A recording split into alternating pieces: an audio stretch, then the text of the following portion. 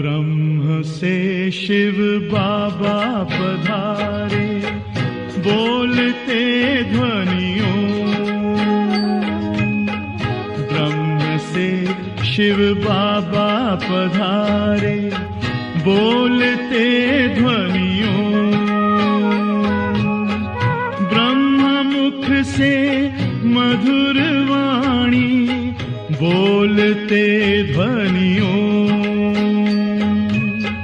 ब्रह्म से शिव बाबा पधारे, ओम ओम।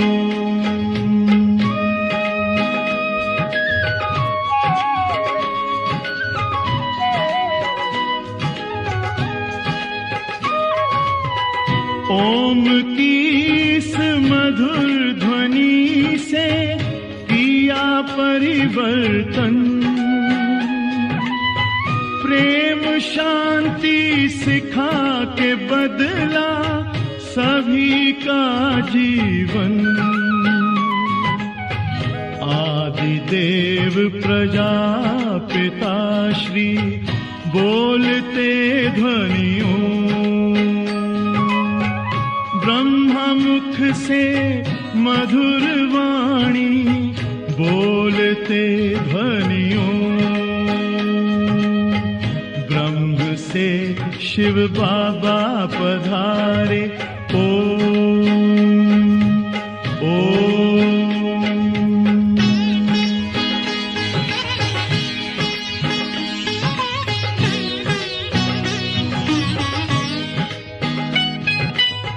सोहनी सूरत मोहनी मूरत, ज्ञान के मोती। भव्य मुख पर चंद्रमासी, चमकती ज्योति। दिव्य दर्शन दिव्य वाणी, बोलते ध्वनियों।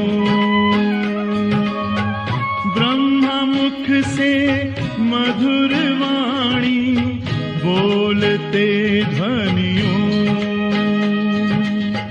ब्रह्म से शिव बाबा पधारे, ओम ओम।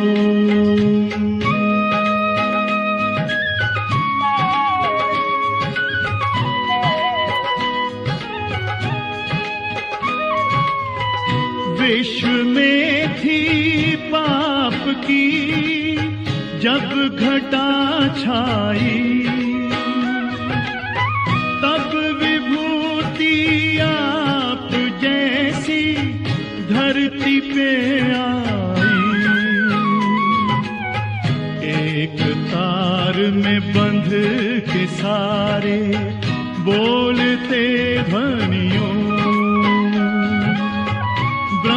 मुख से मधुर वाणी, बोलते ध्वनियों। ब्रह्म से शिव बाबा पधारे, बोलते ध्वनियों। ब्रह्म मुख से मधुर वाणी, बोलते ध्वनियों। ब्रह्म से शिव बाबा पधारे, ओम ओम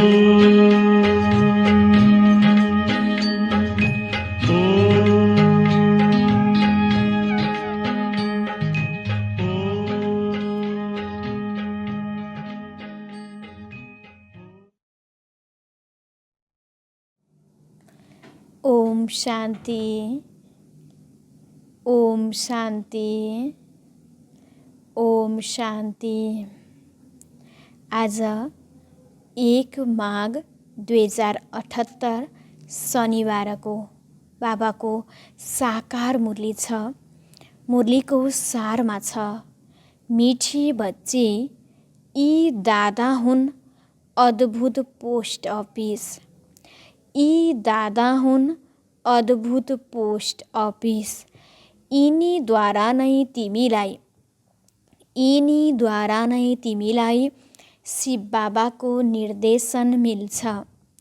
यी दादा हुन् अद्भुत पोस्ट अफिस। यिनीद्वारा नै तिमीलाई शिव बाबाको निर्देशन मिल्छ। आज बाबाले मुरलीको सारमा हामीलाई भन्नुभएको छ कि ब्रह्मा बाबा भनेको पोस्ट अफिस हो। स्वयं परमपिता परमात्मा निराकार हुनुहुन्छ। उहाँ यो दुनियाँमा आएर हामी आत्माहरूलाई पतितबाट पावन बनाउने कार्य गर्नुहुन्छ। हामी आत्माहरूलाई ज्ञान दिनुहुन्छ र उहाँले माध्यम आफू निराकार भएको हुनाले एउटा साधारण मनुष्यको तन लिनुहुन्छ। त्यो भनेको ब्रह्माको हो र त्यसकारण बाबाले ब्रह्मा बाबालाई पोस्ट अफिस भन्नुभएको छ र ब्रह्माद्वारा नै हामीले ज्ञान सुन्छौँ।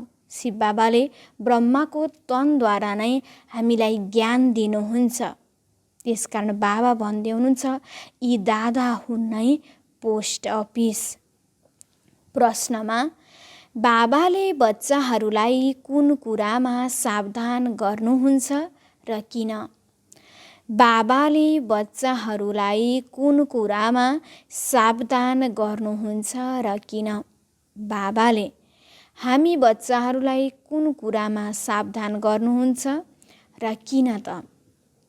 उत्तरमा बाबा भन्नुहुन्छ प्यारा बच्चाहरू सावधान हो, मायाको धेरै चोट नखाऊ। यदि मायाको चोट खाइरहन्छौ भने प्राण निस्कन्छ अनि पद पाउन सक्दैनौ। ईश्वरको पासमा जन्म लिएर फेरि मायाको चोटले यदि मरियो भने त्यो मृत्यु सबैभन्दा खराब हुन्छ। जब मायाले बच्चाहरूद्वारा उल्टो काम गराउँछ बाबालाई धेरै दया लाग्छ। त्यसैले सावधान गरिरहनुहुन्छ। बाबा आज उत्तरमा भन्दै हुनुहुन्छ कि बाबाले हामीलाई मायाबाट बच्नको लागि सावधान गराउनुहुन्छ। नराम्रो विकार विकृतिहरूबाट बच। यदि तिमीले बाबालाई चिनेर पनि अझै तिमीले नराम्रो कर्म गर्दै गयौ भने अझ के हुन्छ त भन्दा बाबा भन्नुभयो तिमीले पद कम पाउँछौ। मायाको कारण नै तिम्रो बाबाको ज्ञानबाट मृत्यु हुन सक्छ। त्यसकारण माया पनि के छ त बलवान छ। त्यसकारण तिमीलाई मायाबाट बच्न पर्छ, सावधान हुनुपर्छ। मायाबाट बच। बाबा भन्दै हुनुहुन्छ आफ्नो, किनकि माया पनि के छ त एकदम बलवान छ। त्यसकारण मायाबाट बाबाले हामीलाई सावधान गराउनु भएको छ कि तिमी सावधान रहौ। गीतमा तुम्हारे बुलाने को ओम शान्ति। बाबालाई बोलाउने समय हुन्छ नै तब जब मनुष्य दुखी हुन्छन्, किनकि विकारी बन्छन्। दुखी केद्वारा हुन्छन् यो पनि तमोप्रधान मनुष्यले जान्दैनन्। दुखी गराउँछ 5 विकार रूपी रावणले। उसको राज्य कहिलेसम्म चल्छ? अवश्य दुनियाँको अन्तसम्म राज्य चल्छ। अहिले भन्छन् रावण राज्य छ। राम राज्य, रावण राज्य नाम त प्रसिद्ध छ नि। रावण राज्यलाई यहाँ नै जान्दछन्। देखिन्छ दुश्मन पनि यहाँको नै हो। रावणले नै गिराएको हो। जबदेखि देवताहरू वाम मार्गमा गए अर्थात् विकारी बने। दुनियाँले यो जान्दैन। दुनियाँ जुन निर्विकारी थियो त्यो विकारी कसरी बनो, यहाँको नै महिमा हो। बाबा भन्दै हुनुहुन्छ, राम राज्य रावण राज्यको गायन छ। राम राज्य कति बेला थियो, रावण राज्य कहिलेबाट सुरु भयो, रावण राज्य कहिलेसम्म चल्छ, यो कुरा थाहा छैन आज मनुष्यहरूलाई। र बाबाले अहिले आएर हामीलाई स्पष्ट यसको बारेमा बताउनु भएको छ। सतयुग र त्रेतायुग भनेको राम राज्य हो र द्वापर युगबाट रावण राज्यको सुरुवात भयो र यो कलियुगको अन्त्यसम्म नै रावण राज्य चलि नै रहन्छ।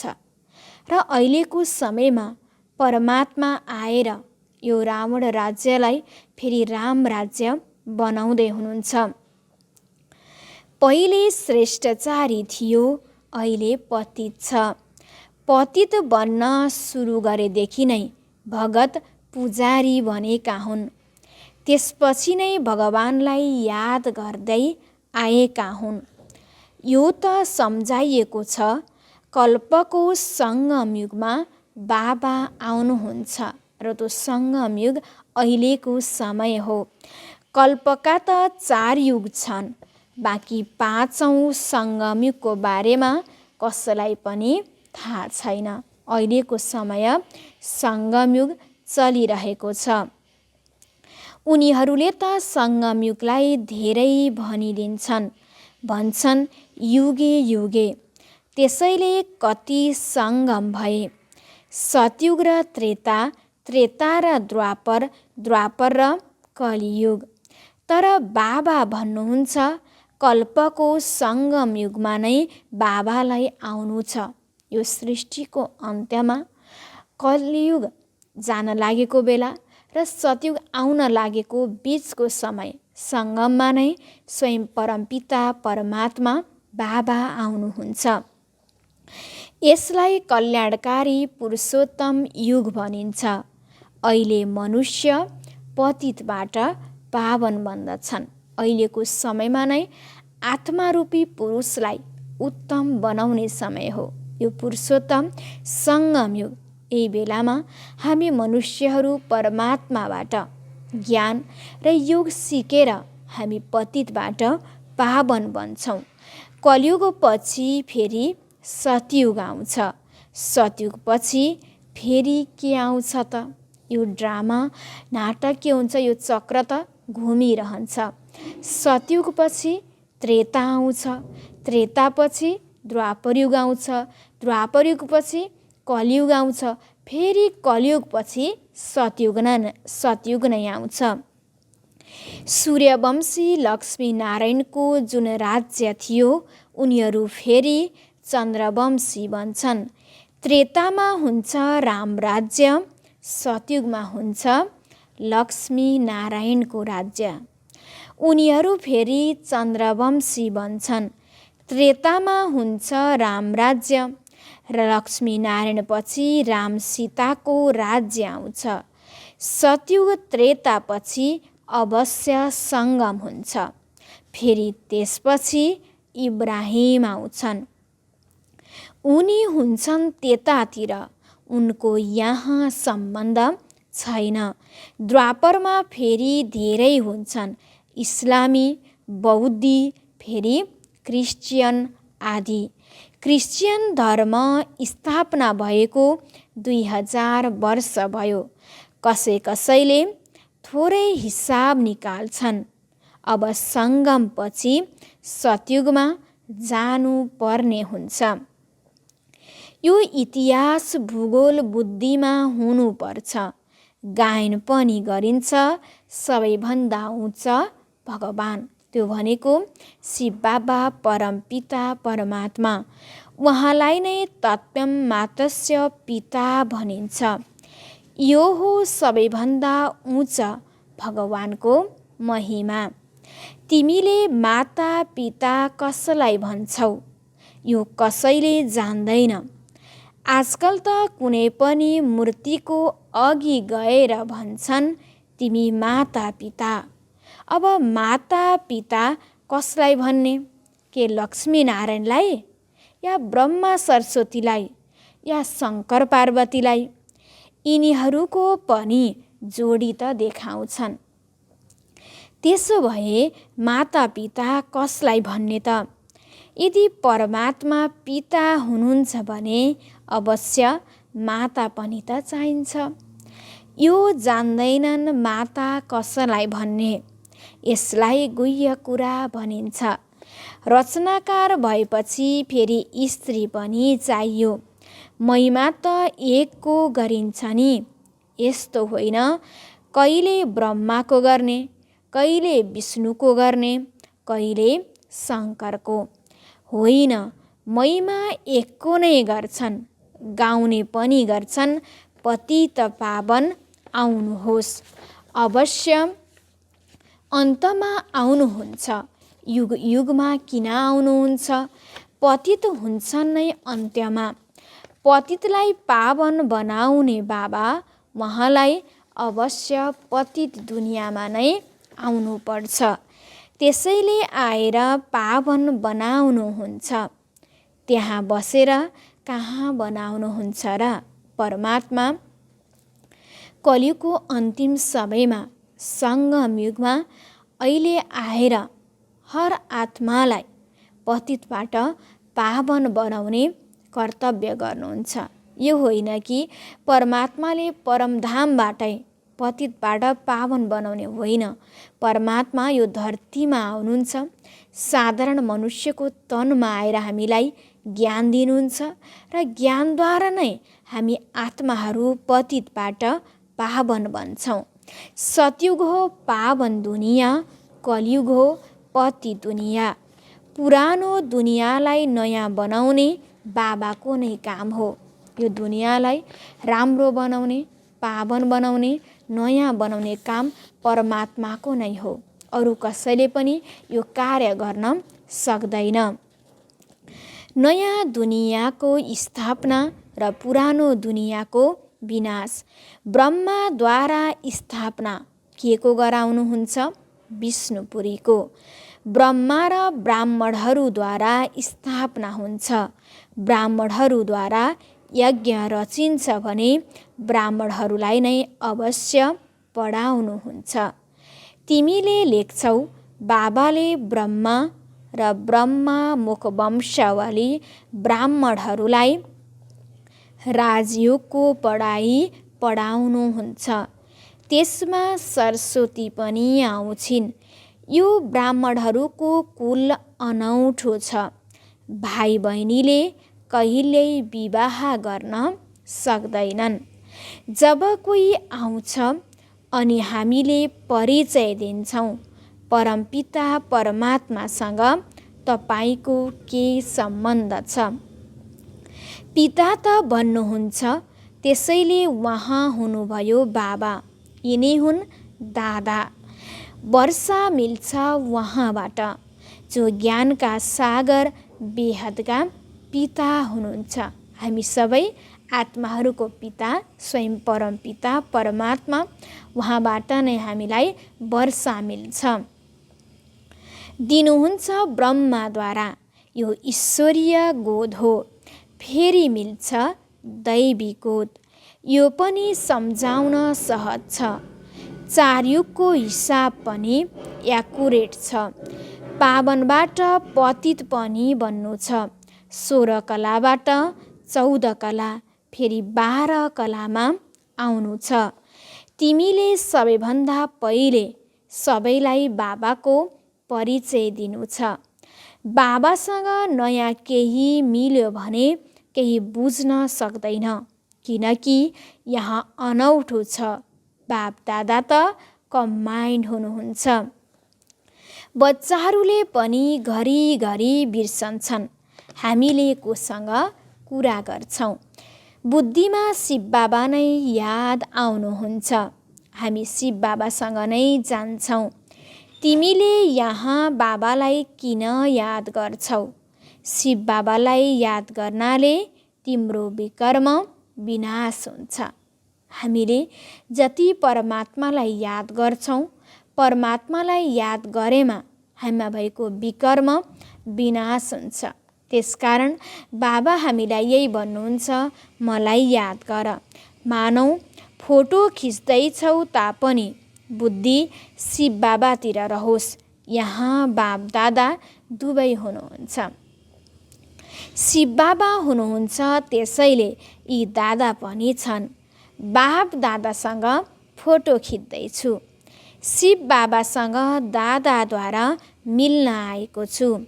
यी भए पोस्ट अफिस, यिनद्वारा शिव बाबाको निर्देशन लिनु छ। यो धेरै अनौठो कुरा हो।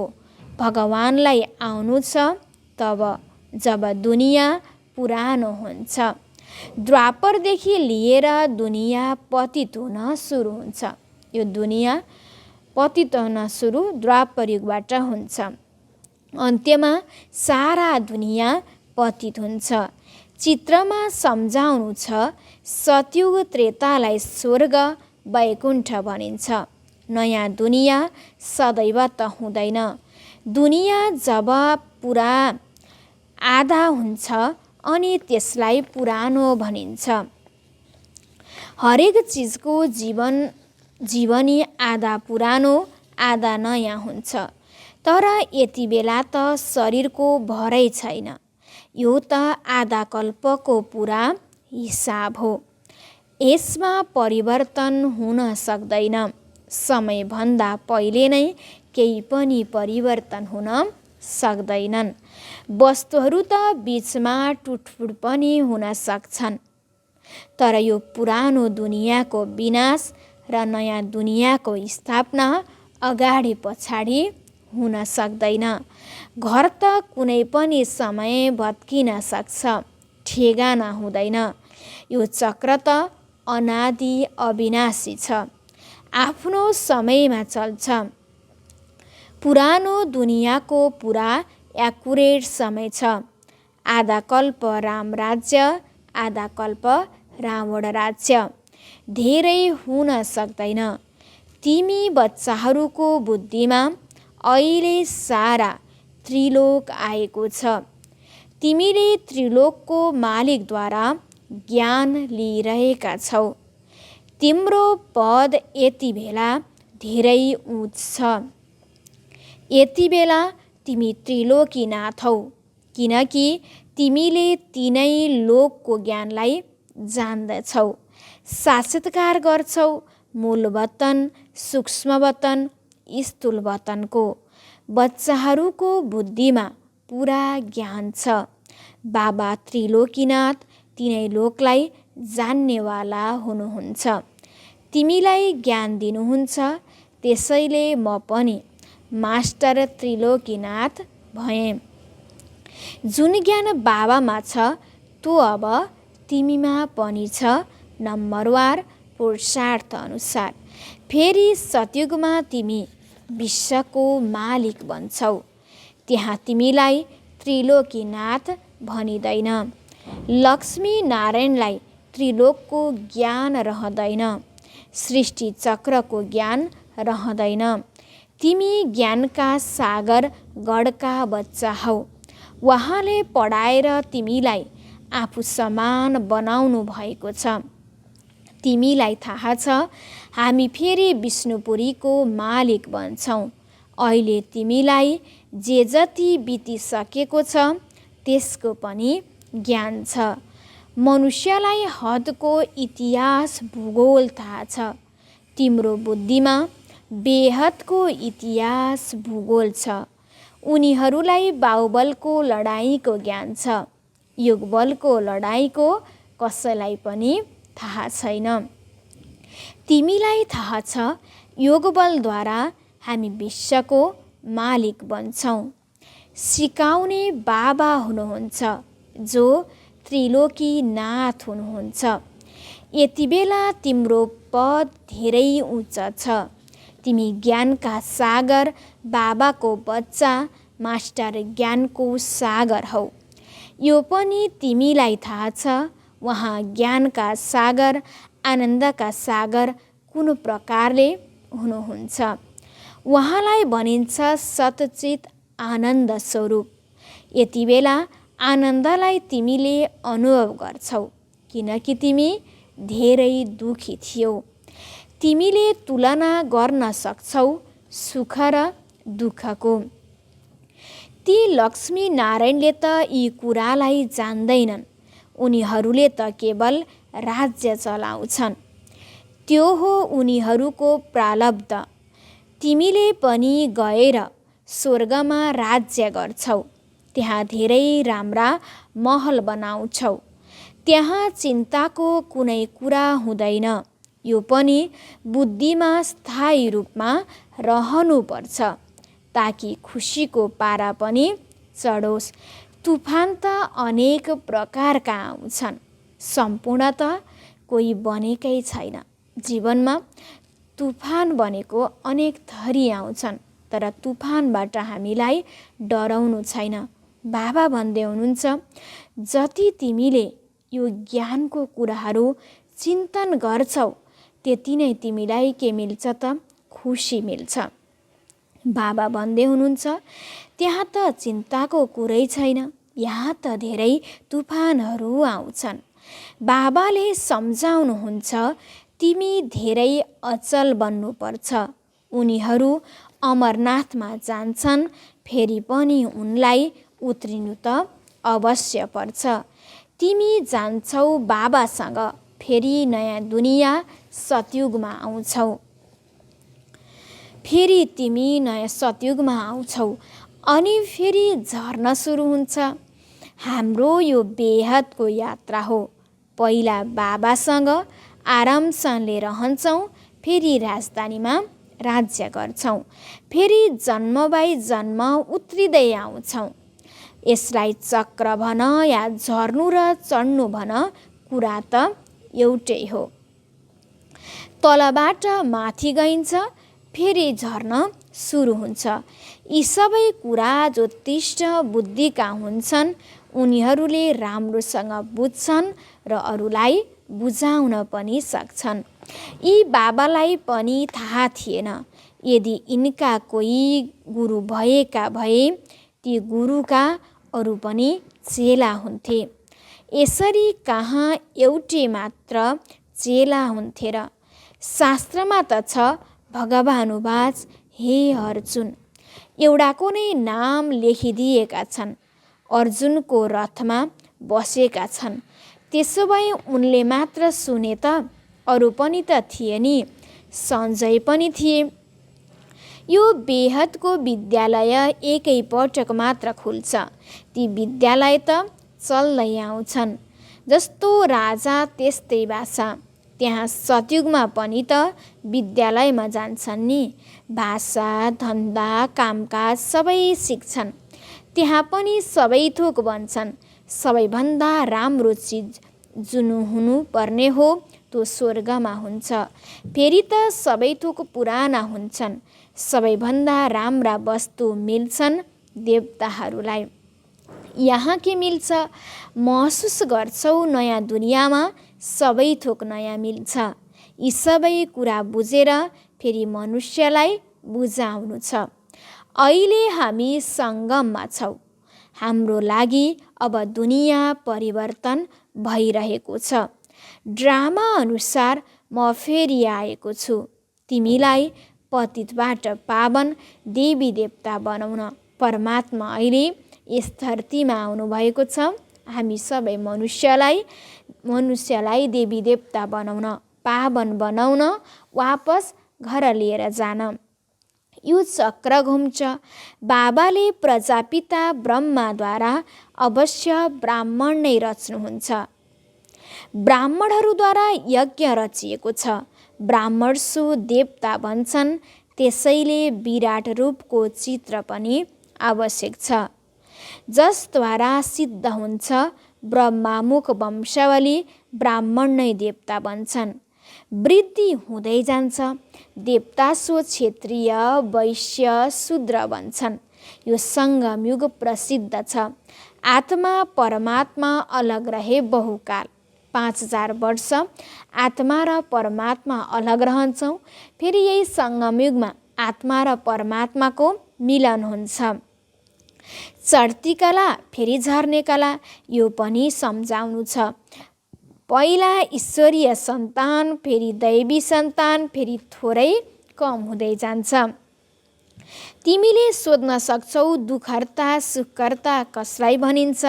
अवश्य भन्छन् परमपिता परमात्मालाई। जब दुनियाँको दुःख मेटिन्छ अनि विष्णुपुरी बन्छ, ब्राह्मणहरूको दुःख मेटिन्छ र सुख मिल्छ। यो हो सेकेन्डको कुरा। लौकिक पिताको गोदबाट निस्केर पारलौकिक पिताको गोदमा आयौँ, यो हो खुसीको कुरा। भगवानलाई मिल्नु, भगवानलाई चिन्नु, यो सबसे ठुलो कुरा हो। उसमाथि हामीलाई भगवानले आएर अहिले हामीलाई पढाउनुहुन्छ, मनुष्यबाट देवी देवता बनाउनुहुन्छ। त्यसकारण बाबा भन्दै हुनुहुन्छ यो यति ठुलो कुरा हो, यो सम्झेर तिमीलाई के हुनु छ त? खुसी हुनु छ। यो सबैभन्दा ठुलो परीक्षा हो। राजाहरूको राजा बन्छौ। राजयोग परमपिता परमात्मा सिवाय अरू कसैले पनि सिकाउन सक्दैन। यी चित्रहरू धेरै राम्रा छन्। यस्तो कसले भन्छ मेरो परमपिता परमात्मासँग कुनै नाता नै छैन? यस्ता नास्तिकसँग कुरा गर्नु छैन। मायाले चल्दा चल्दै बच्चाहरूद्वारा पनि कहिलेकाहीँ उल्टो काम गराइदिन्छ। बाबालाई त दया लाग्छ, बाबालाई बच्चाहरूलाई देखेर दया लाग्छ, थाहा छ।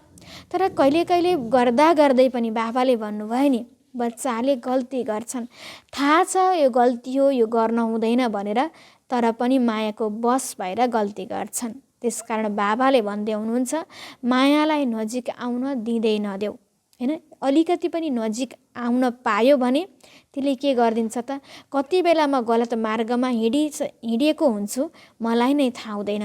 त्यसकारण बाबा भन्दै हुनुहुन्छ त्यति बेला बाबालाई हामी बच्चाहरूलाई देखेर माया लाग्छ, दया लाग्छ, बाबा भन्दै हुनुहुन्छ। फेरि सम्झाउनुहुन्छ सावधान हौ, हैन? बेला बेलामा फेरि बाबाद्वारा हामीलाई सम्झानी मिल्छ, मुरलीद्वारा, निमित्त दिदी बहिनीहरूको द्वारा हामीलाई सम्झानी मिल्छ। धेरै चोट नखाऊ नत्र पद मिल्दैन। मायाले त धेरै जोडले थप्पड लगाउँछ, प्राण नै निस्कन्छ। मर्यो भने फेरि जन्मदिन मनाउन सकिँदैन। भनिन्छ बच्चा मर्यो, ईश्वरसँग जन्म लिएर फेरि मरियो भने यो मृत्यु सबैभन्दा खराब हुन्छ। बाबाको बनेर, बाबाको साथ रहेर फेरि बाबाको हात छोड्नु भनेको त्यो सबभन्दा नराम्रो अरू केही पनि होइन। बाबा भन्दै हुनुहुन्छ कुनै कुरा सही लाग्दैन भने छोडिदेऊ, शङ्का लाग्छ भने नहेर। बाबा भन्नुहुन्छ मन मना भव, मलाई याद गर अनि सुदर्शन चक्र फिराऊ, हैन? सबैको समाधान भनेकै बाबाको याद, बाबाको ज्ञान, बाबाको ज्ञानको बारेमा मनन चिन्तन गर्नु। सबै कुराको समाधान भनेको नै त्यही हो। बाबा भन्दै हुनुहुन्छ मन मना भव, मलाई याद गर अनि सुदर्शन चक्र फिराऊ। अच्छा, मिठे मिठे सिकिरहँदै बच्चाहरूप्रति माता पिता बाप दादाको याद प्यार एवं गुड मर्निङ। रुहानी बाबाको रुहानी बच्चाहरूलाई नमस्ते, रुहानी बच्चाहरूको रुहानी बाबालाई गुड मर्निङ, नमस्ते नमस्ते। धारणाको लागि मुख्य सार 1 नम्बरमा छ बाबा समान मास्टर ज्ञान सागर बन्नु छ। ज्ञान स्मरण गरेर अपार खुसीमा रहनु छ, आनन्दको अनुभव गर्नु छ। बाबा भन्दै हुनुहुन्छ बाबा जसरी ज्ञानको सागर हुनुहुन्छ भने हामी बाबाको बच्चा, हामीलाई मास्टर ज्ञानको सागर बन्नु छ। जति हामीले ज्ञानको चिन्तन गर्छौँ त्यति नै हामीलाई खुसी मिल्दै जान्छ। त्यसकारण बाबा भन्दै हुनुहुन्छ कि तिमीलाई ज्ञानको चिन्तन गरेर अपार खुसीमा रहनु छ। यो समयको स्वयं भगवानले आएर पढाएको, बाबाको पालनाको यो समयको हामीले अनुभव गर्नु छ। यस समयमा हामीले आनन्दको अनुभव गर्नु छ। 2 नम्बरमा अनेक प्रकारका तुफानहरूमा रहँदै स्वयंलाई अचल बनाउनु छ। मायाको चोटबाट बच्नको लागि धेरै सावधान रहनु छ। पापा भन्दै हुनुहुन्छ, तुफानहरू परिस्थितिहरू त आउँछन्, परिस्थिति नै नआइकन हामी अगाडि बढ्न सकिँदैन। तर तुफान आएको बेलामा पनि बाबाको ज्ञानको योगको प्रयोग गरेर हामीलाई त्यस अवस्थामा स्वयंलाई अचल बनाउनु छ। हामी अलिकति डगमग भयौँ भने मायाले हामीलाई तानिहाल्छ। त्यसकारण हाम्रो अवस्था अचल बनाउनु छ। मायाको चोटबाट बच्नको लागि हर कुराबाट हामीलाई सावधान रहनु छ। वरदानमा छ, दिव्य गुण रूपी प्रभु प्रसाद खाने र खुवाउने, सङ्गम युगी फरिस्ता सो देवता भव। दिव्य गुण रूपी प्रभु प्रसाद खाने र खुवाउने, सङ्गम युगी फरिस्ता सो देवता भव।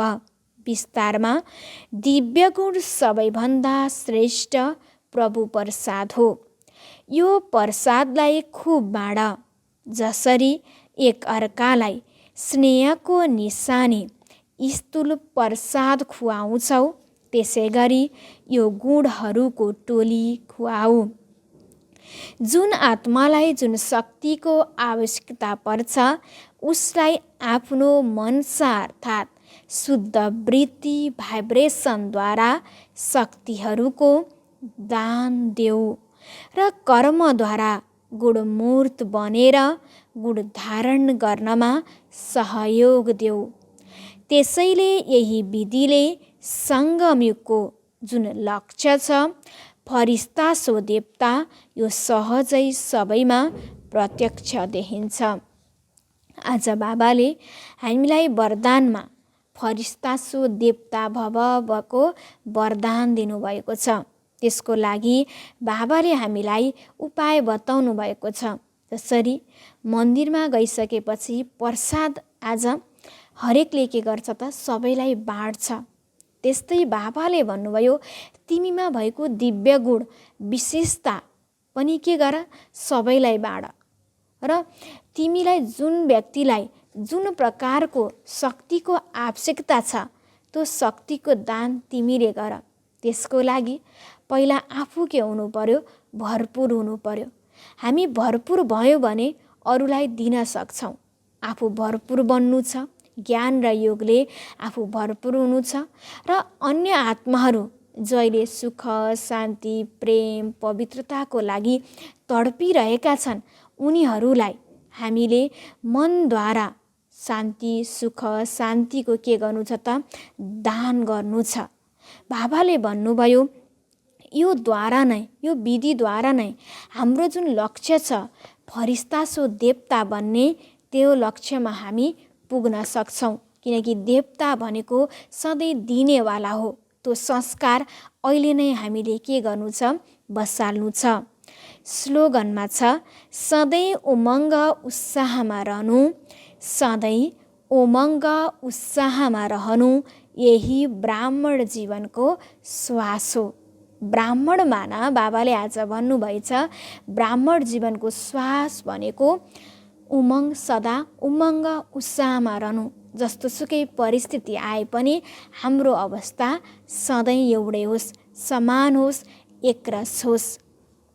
आज छ विशेष मनन चिन्तनको लागि परमात्मा प्यारको अनुभवमा सहयोगी बनेर उडिराख। परमात्मा प्यार उडाउने साधन हो। उड्नेवाला कहिले धर्नीको आकर्षणमा आउन सक्दैन। मायाको जति नै आकर्षण रूप भए पनि त्यो आकर्षण उड्ती कला हुनेको पासमा पुग्न सक्दैन। आज बाबाले विशेष गरेर हामीलाई चिन्तनको लागि भन्नुभएको छ, परमात्माको जुन बाबाबाट हामीलाई जुन प्यार प्राप्त भएको छ, त्यसको अनुभव गर। जब हामीले त्यो अनुभव गर्छौँ, हाम्रो अवस्था के हुन्छ त, एकदम राम्रो हुन्छ। हामी उमङ्ग उत्साहमा उड्छौँ, हामीलाई त्यति खुसी प्राप्त हुन्छ। अनि हामीलाई सानसानो कुरामा हैन। यो सानो कुराहरूमा हाम्रो मन बुद्धि ध्यान जाँदैन। त्यसकारण बाबाले भन्नुभयो यति धेरै हामीलाई जो बाबाबाट प्राप्ति भएको छ, यस प्राप्तिले हामीले याद गर्छौँ, अनुभव गर्छौँ। हामीलाई साना कुरामा हाम्रो मन बुद्धि अल्झिँदैन। त्यसकारण बाबा भन्दै हुनुहुन्छ परमात्मा प्यारको अनुभव गर। आज मुरलीको सारमा थियो मीठे बच्चे यी दादा हुन् अद्भुत पोस्ट अफिस, यिनद्वारा नै तिमीलाई शिव बाबाको निर्देशन मिल्छ। प्रश्न उत्तरमा थियो बाबाले बच्चाहरूलाई कुन कुरामा सावधान गर्नुहुन्छ र किन? बाबा भन्नुहुन्छ प्यारा बच्चाहरू सावधान हौ, मायाको धेरै चोट नखाऊ।